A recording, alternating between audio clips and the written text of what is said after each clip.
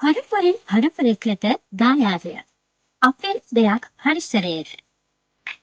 අප්‍රේල් 22 පැවති ජගත් නිශ්චල දිනයක් නිමිති කරගෙන ශ්‍රී ලංකා වෛද්‍ය විශ්වවිද්‍යාලයේ සීරෝ ප්ලාස්ටික් සංගමය විසින් තින්කශිතය පිරිසිදු කිරීමේ වැඩසටහන අද දින ඉතාමත්ම සාර්ථක අයුරින් අද අපි නිමා කරා.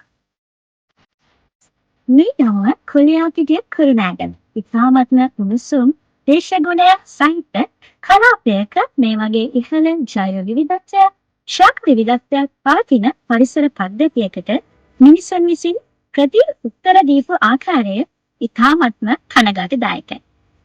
මිනිසුන් විසින් ඉතාමත්ම නොසැලකිලිමත් අන්දමින් බැහැර කරන ලදුව තිබූ පොලිතීන් ප්ලාස්ටික් නිසි ආකාරයේ වර්ගීකරණයකට ලක් කර අප විසින් අද බැහැර මොහොතක් සිතන්න. ඔබ විසින් නොසිතා විසිකරන එක ප්ලාස්ටික් කැබැල්ල පොලිතීන් කැබැල්ල ඔවුන්ගේ ජීවිත කොතරම් නම් දුරට වෙනස් කරාද?